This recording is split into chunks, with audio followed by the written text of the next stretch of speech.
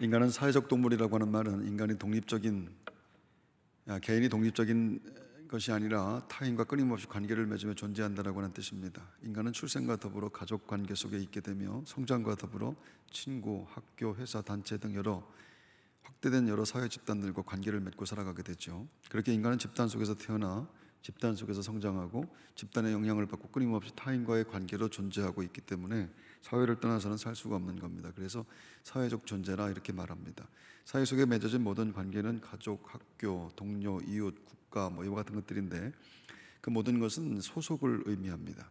가족이나 국가처럼 자신의 의지와 관계없이 주어지는 것이 있고 학교나 회사 같은 것처럼 자신이 선택할 수 있는 것들도 있습니다. 어떤 형태로 형성된 것이든 소속이라고 하는 것은 궁극적으로 자신의 신분과 자격, 나아가 가치를 의미하는 것으로 인식되기 때문에 중요합니다. 그래서 어떤 이유로든 소속의 상실은 인생의 중요한 분기점과 그리고 또 전환을 뜻하게 됐죠. 위기일 수 있고 또 기회일 수도 있습니다. 탈퇴하고 싶은 소속이 있고 가입되고 싶은 것들이 또 있기 때문입니다. 인생은 더 나은 소속에 속하기를 열망하며 노력하고 땀 흘리는 것이라 이렇게 말할 수 있습니다.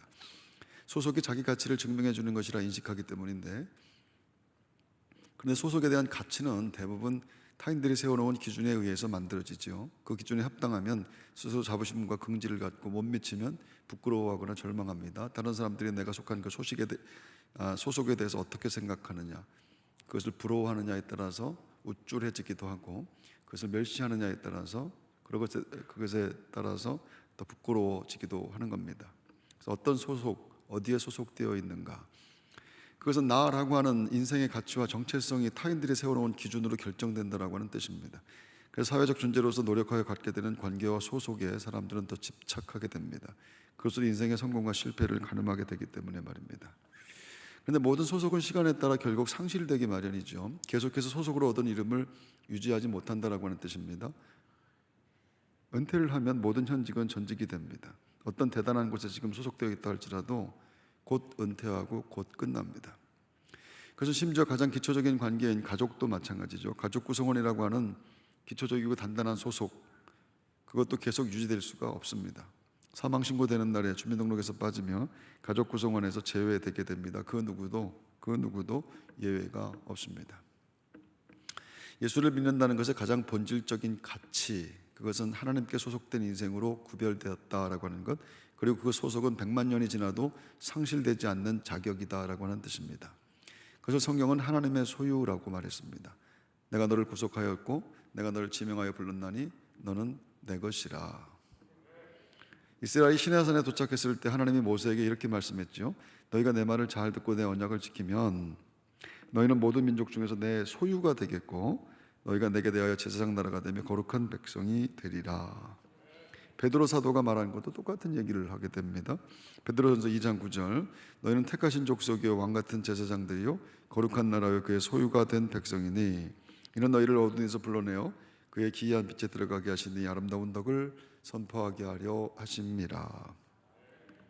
성경은 계속 하나님의 사람들에 대해서 하나님의 소유, 너는 내 거다, 너는 내 거다라고 하는 이야기를 계속 반복해서 하고 있는 겁니다. 가정이나 학교, 직장을 비롯한 모든 공동체는 생활이라고 하는 것을 전제로 해서 존재하게 되는데, 세워진 목적이 있어서 공동체의 구성원은 그 목적을 따라 생활해야 됩니다. 즉 목적을 이루는 생활, 그것이 성공이라고 하는 것이죠. 가정생활, 직장생활, 학교생활 다 성공해야 됩니다. 하나라도 실패하면 인생 전체가 송두리째 흔들립니다. 가정생활, 직장생활, 학교생활 이런 것들 말입니다. 교회 생활은 내가 하나님의 소유임을 인식하고 그 백성으로 훈련되는 것을 목적으로 합니다. 그러니까 천국 백성의 삶을 훈련하는 생활이라 할 수 있겠죠. 따라서 신앙생활의 가장 중요한 가치는 내가 하나님의 소유입니다 라고 하는 인식으로 시작되고 그것으로 마무리됩니다. 그 인식이 분명하면 생활에서 발생되는 모든 고난과 어려움조차도 더 강하고 분명한 신앙을 만드는 재료가 됩니다. 그래서 교회 생활은 그래서 중요한 것이죠. 제일 중요한 것은 결국 내가 하나님의 소유다라고 하는 것을 깨닫고 훈련하게 만드는 이 교회 생활이라 라고 하는 것인 바, 교회 생활에서 성공하느냐 실패하느냐라고 하는 것은 우리의 영적인 삶에 정말로 결정적인 일이라 할 수가 있을 겁니다. 성경은 교회를 천국의 그림자라고 이렇게 말합니다. 히브리서 9장 24절, 그리스도께서는 참것의 그림자인 손으로 만든 성소에 들어가지 아니하시고 바로 그 하늘에 들어가사 이제 우리를 위하여 하나님 앞에 나타나시고. 교회는 천국이 아닙니다. 교회는 그냥 그림자일 뿐입니다. 그림자가 무슨 의미가 있겠습니까? 실체가 아니고 그냥 그림자라고 하면, 그럼 성경에 의하면은 우리가 지금 모여 있는 이곳이, 이 교회가 그냥 그림자일 뿐이라. 교회가 그림자라고 하는 것은 천국을 모형하는 곳이다라고 하는 그런 뜻일 뿐입니다. 그렇다면 교회는 천국은 아닌데, 교회는 천국을 모형하는 곳이고 그림자라고 한다면 교회는 세상에서 천국이라고 하는 것을 맛볼 수 있는 곳이다 라고 하는 뜻이 됩니다. 그러니까 누구도 천국을 가보지 않았지만 교회 생활을 잘하게 되면 천국이 어떤 곳인지 알 수 있게 된다라고 하는 말입니다. 교회 생활에는 다른 어느 곳에서도 없는 특별한 맛이 있다는 뜻인데, 그래서 교회가 중요하고 스스로 소속된 교회에서 생활을 잘하는 것보다, 교회 생활을 잘하는 것보다 중요한 것은 없습니다. 근데 교회 생활이 만만치가 않고요, 따라서 천국 맛을 보는 것도 쉽지가 않은 겁니다. 오히려 교회가 천국은커녕 세상보다도 못할 때가 참 많습니다. 부담스럽고 불편하고 피곤하며 때로는 심지어 환멸을 느낄 때도 있을 수 있습니다. 교회에 모인 사람들이 다 이상합니다. 장로님들도 다 이상합니다. 보면 볼수록 이상하고요, 목사도 이상하고요. 근데 생각해 보니까 장로님들이나 목사만 이상합니까? 여러분 남편들도 다 이상하죠. 아내도 이상하고 자식들도 보면 볼수록 이상하고, 하여튼 보이는 게 다 이상한 겁니다. 생각해 보니까 내가 이상한 겁니다. 이상한 나, 이상한 나가 신앙생활을 통해, 교회 생활을 통해서 하나님 말씀으로 말미암아 하나님의 원래 형상으로 이렇게 만들어지고 회복되게 되는 것, 그게 천국을 맛보는 그리스도인들의 삶인 줄로 믿습니다. 구약 성경의 애굽에서 탈출한 이스라엘은 예수 믿고 죄에서 해방된 성도의 삶을 상징합니다. 이스라엘은 430년 애굽 종살이를 청산하고 탈출을 했지만 바로 가나안에 들어간 것은 아니죠. 40년 동안 광야 생활을 해야 되는 것인데, 그것은 구원받은 성도들의 신앙생활이라고 한 것에 대해서 상징하는 것이라고 할 수 있습니다. 하나님은 이스라엘에게 출애굽의 해방이 하나님의 은혜로 된 것임을 기억하라 라고 하시며 유월절이라고 하는 절기를 주셨습니다. 자기들이 나온 것이 아니고, 자기들의 능력과 힘으로 나온 것이 아니라 하나님이 끌어내신 것이다 라고 하는 것을 기억하게 하신 겁니다.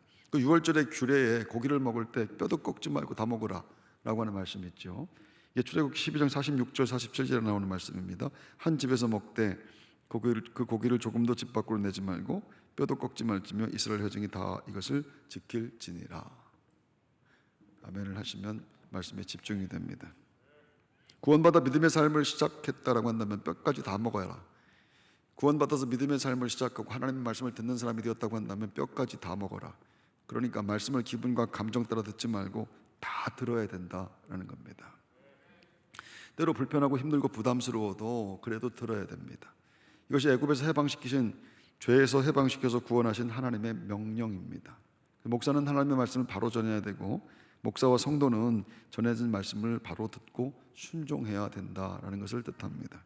자기 마음대로 전하거나 자기 마음대로 들으면 안 되고, 말씀이 일하게 해야 됩니다. 말씀이 하나님이시기 때문에 태초에 말씀이 계시니라, 말씀은 곧 하나님이시니라. 그래서 말씀을 그대로 전해야 되고, 그대로 전해진 말씀을 그대로 듣는다고 한다면 그 말씀이 하나님이시니까 말씀이 내 안에서, 하나님이 내 안에서 역사하시게 되는 것이고, 하나님이 그 천국을 맛보게 하시는 것이라. 말씀이 천국의 주인이신 하나님이시기 때문에 말입니다. 그것이 성경의 약속입니다. 그렇게 말씀으로 천국 맛을 볼 수 있는 교회, 인생의 마지막 교회, 내 인생에 목사님들이 많이 있지만 내 인생의 목사는 마지막 목사다라고 하는 마음으로 그렇게 고백하며 신앙생활을 하게 될 때 인생에 더할 수 없이 큰 복이 우리에게 주어지게 되는 것. 할렐루야. 여러분, 대한민국 군인은 육군이나 공군이나 해군이나 다 대한민국 군인이지만 아무 부대에서나 훈련받지는 않습니다. 군생활의 모든 것이 자기 소속된 부대에서 이루어지는데, 성경은 성도를 그리스도의 병사라고 말을 합니다. 너는 그리스도 예수의 좋은 병사로 나와 함께 고난을 받으라. 그렇다면 교회도 마찬가지일 텐데, 내가 섬기는 교회가 하나님이 내게 정해주신 교회라, 그렇게 고백하며 훈련받아야 되는 겁니다. 소속된 곳의 가르침과 훈련을 받으며 하나님 나라를 위한 그리스도의 병사로 만들어지게 되는 것, 그걸 교회 생활이라 이렇게 말합니다. 그래서 교회는 등록을 하고 다니는 겁니다. 내 교회를 다니는 것이고 내 교회는 세상에 하나밖에 없는 겁니다. 하나밖에 없는 것이라. 할렐루야. 그래서 자기 교회에 대한 긍지와 자부심을 갖는다라고 하는 것, 그리고 자기 교회가 긍지와 자부심을 갖게 만드는 그런 교회가 되게 만든다라고 하는 것은 성도의 의무이고 권리이며 성도의 축복이라고 하는 겁니다. 곧제교회에 소속된 것이 자부심과 긍지가 되는 것, 나 때문에 우리 교회가 정말로 긍지를 갖게 되는 그런 교회가 된다라고 하는 것, 그건 세상에 사는 날에 얼마나 중요한 일이 되겠는가. 하나님이 통치하시는 나라를 천국이라고 합니다. 그것은 모든 성도들이 지향하고 있는 목적지라 할 수가 있겠죠. 하나님이 통치하시는 나라. 근데 진짜 하나님이 통치하시는 나라를 가고 싶습니까, 여러분?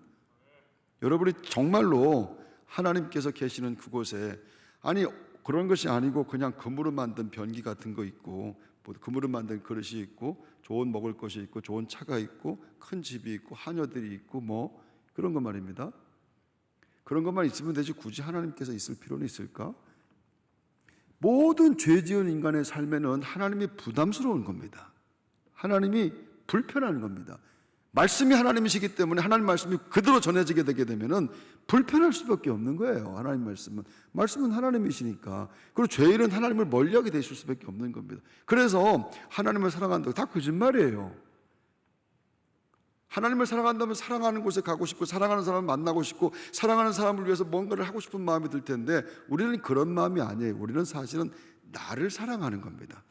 나를 사랑하는데 내가 내 소유가 아니고 하나님의 소유인 것을 깨닫고 말씀으로 신앙생활의 삶을 통해서 보이지 않고 들리지도 않고 잡히지도 않는 그 하나님을 사랑한다라고 하는 고백에 이르게 되며, 그게 하나님 형상을 회복하는 것임을 깨닫게 되어서 점점 그 하나님을 사랑하게 되는 것, 그 하나님을 그리워하게 되는 것, 그분이 신랑으로 오시는 것을 기대하며 교회된 우리의 삶이 신부인 것을 기대하고 정결하게 살고 경건하게 살며 그 하나님 나라를 소망하는, 세상과 분리된, 세상과 달라진 그런 인생의 삶을 살아가는 것을 성도의 삶이라 그렇게 말하는 거예요. 절대로 쉽지 않습니다. 절대로 저절로 되지도 않습니다. 하나님의 은혜 가운데 되어지는 것임을, 그 체험 있는 믿음이 되는 여러분들이 꼭 되시기를 바랍니다. 그래서 성경의 주제도 결국은 천국이고 하나님 나라인데, 죄인은 절대로 그것을 시구할 수가 없는, 바랄 수가 없는 것인데, 하나님은 성령으로 우리에게 그 나라를 감지하게 하시고 그 나라를 소망하게 하시며 말씀을 듣게 하셔서 그 나라를 꿈꾸게 만드시는 것입니다. 성경의 주인공은 예수 그리스도이신데, 예수님은 세상에서의 사역을 통해서 마태복음 4장 17절 회개하라 천국이 가까웠느니라 이렇게 사역을 시작하시죠. 회개해, 천국이 가까웠어. 궁극적 목적이 천국에 집중된다라고 하는 말씀입니다. 하나님이신 예수님께서 땅에 오셔서 하신 말씀에 회개하라 천국이 가까웠느니라, 천국이 가장 궁극적인 목적이라고 하는 것. 왜냐면은요, 예수님께서 하시는 모든 기적들, 이 눈먼 맹인을 갖다가 이 보게 하시는 것, 앉은 뱅을 일어나게 하시는 것, 혈루병 환자를 갖다 고치시는 것, 손 마른 자를 펴게 하시는 것, 심지어 죽은 자를 살리시는 것까지도 주님이 말씀하신 그 모든 것과 이루신 모든 기적, 그런 것에 대해서 주님은 별로 그렇게 관심이 없습니다. 주님이 정말로 말씀하려고 하시는 것은 하나님 나라예요. 천국이 가까웠다, 회개하라. 그 하나님 나라, 모든 사람에게 그 하나님 나라가 가까웠다라고 하는 겁니다. 모든 사람들에게 하나님 나라가 가까웠다. 그 나라를 생각하며 그 나라를 준비하며 사는 것이, 그게 믿음으로 사는 삶이라. 마태복음 8장 11절 동서로부터 많은 사람이 이르러 아브라함과 이삭과 야곱과 함께 천국에 앉으려니와 모세, 엘리야, 바울, 베드로, 우리 115년 동안 우리 교회에서 먼저 예수 믿고 천국 간 분들, 하나님 택하신 자녀들이 다 모여 있는 곳이 그곳이라 이렇게 말씀하는 겁니다. 고린도전서 2장 9절에는 하나님이 자기를 사랑하는 자들을 위하여 예비하신 모든 것, 이렇게 천국에 대해서 말씀합니다. 그렇게 성경의 관심은 하나님 나라, 하나님이 통치하시는 나라, 그 나라를 소망하게 되는 것을 믿음의 삶이라고 하는 거예요. 지금까지 내 가족, 내 사업, 내 돈, 내 꿈, 내 욕망, 이런 것이 내 삶의 궁극적인 목적이고 그것 때문에 모든 것을 이용하려고 하고 그것 때문에 새로운 소속을 만들어내려고 하는 그런 모든 목적으로 살아가는데, 그것이 아니라 하나님 나라의 궁극적인 목적으로 삶이 변화되게 되는 것, 그게 하나님이 하시는 천국의 맛을 보게 하시는 하나님의 은혜인 줄로 믿습니다. 인간은 누구나 죄와 허물로 지옥 가는 존재들입니다. 인간은 하나님 앞에 서면 죽는 것을 본능적으로 합니다. 그래서 죽음 자체가 아니라 하나님 앞에 서는 것이 두려운 겁니다. 어떤 분이 세상을 떠나 심판대 앞에 서는 꿈을 꿨는데 하나님이 이렇게 물으셨다고 합니다. 그대는 세상에 살 때 선했는가? 항상 자기가 살아온 과정을 돌이켜보니까 그렇게 선하게 산 것이라고 말할 수가 없어서 떨리는 목소리로 아니라고 대답했다고 합니다. 그 다음에 항상 너는 의롭게 살았는가라고 물어보셨는데 그것도 역시 아니라고 대답합니다. 볼 것도 없이 그냥 지옥에 가야 되는데 갑자기 환한 빛이 자신을 감싸는 것을 느끼게 됐는데 예수님이 곁에서 계시더라. 예수님은 그분을 껴안고 보좌를 올려보면서 이렇게 말씀했다고 합니다. 이 사람은 항상 선하지도 못했고 의롭지도 못했으며 깨끗하지도 못했습니다. 하지만 세상에서 항상 제 편에 있었으니 지금 이곳에서는 제가 이 사람 편에 서겠습니다. 그렇게 하나님 앞에 예수님이 중보하시더라, 변호해 주시더라. 성경은 그것을 중보자라 이렇게 말하는 겁니다. 주님 말씀하셨죠. 마태복음 28장 10절, 볼지라도 내가 세상 끝날까지 너희와 항상 함께 있으리라 하시니라. 세상 끝날은 하나님 앞에 서는 날을 말합니다. 다 하나님 앞에 서야 됩니다. 한 사람도 유예가 없습니다. 교회를 다녀도 죄만 짓고 매일 죄만 짓고 사는데 하나님 앞에 서면 죄로 나는 지옥 갈 수밖에 없습니다. 그런데 예수 그리스도 우리 주님이 나를 붙잡은 손을 놓지 않으신다고 말씀합니다. 그분이 나를 세상 끝날까지 지켜주시고 하나님 앞에 설 때 변호해 주셔서 주님 때문에 내가 천국에 들어갑니다. 그것이 소망이고 그것만 소망인 겁니다. 교회 생활에는 그 소망으로 만들어진 천국의 맛이, 그 소망 때문에 느껴지게 되는 천국의 맛이 있는 곳을, 그걸 교회 생활이라, 세상은 절대 주지 못하는 것. 여러분, 그 천국의 소망, 성령이 주시는 그 교회 천국의 맛이 여러분에게도 꼭 있게 되기를 바랍니다. 바울은 하나님께서 성도들에게 성령을 보증으로 주셨다라고 하죠. 고린도후서 1장 22절, 그가 또한 우리에게 인치시고 보증으로 우리 마음에 성령을 주셨느니라. 성령의 역사는 성도가 천국에서 누리는 것을 미리 맛보게 하는 능력이라는 것입니다. 예수를 믿는 것은 성령의 역사로만 가능합니다. 예수 믿으세요, 예수 믿으세요 100번을 얘기해도 예수 믿는다라고 하는 이야기는 절대로 못합니다. 곧 죽을 사람한테 예수 믿으세요, 예수 믿는다고 한마디만 해달라고 얘기해도 절대로 못합니다. 참 신기하죠. 우리는 5,000번도 넘게 그 얘기를 하고 사는데 그것은 성령의 역사로 믿음이 들어온 자만 말할 수 있는 겁니다. 그것을 성령의 인치심이라고 하죠. 성령의 역사가 있어야 예수 믿는다라고 하는 이야기를 할 수 있습니다.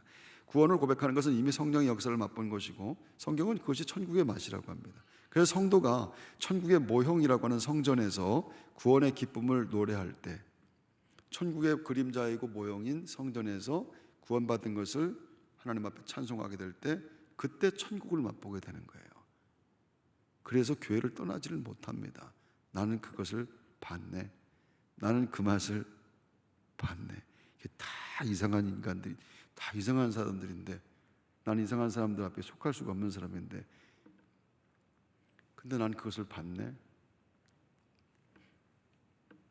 사람들이 때때로 교회가 불편하고 부담스러워 떠나지 못합니다. 교회를 옮길 수는 있어도 교회를 그만두지 못하는 이유는 그 맛을 봤기 때문입니다. 세상에서 볼 수 없는 맛, 영원한 하나님 나라가 내 안에 임하는 맛입니다.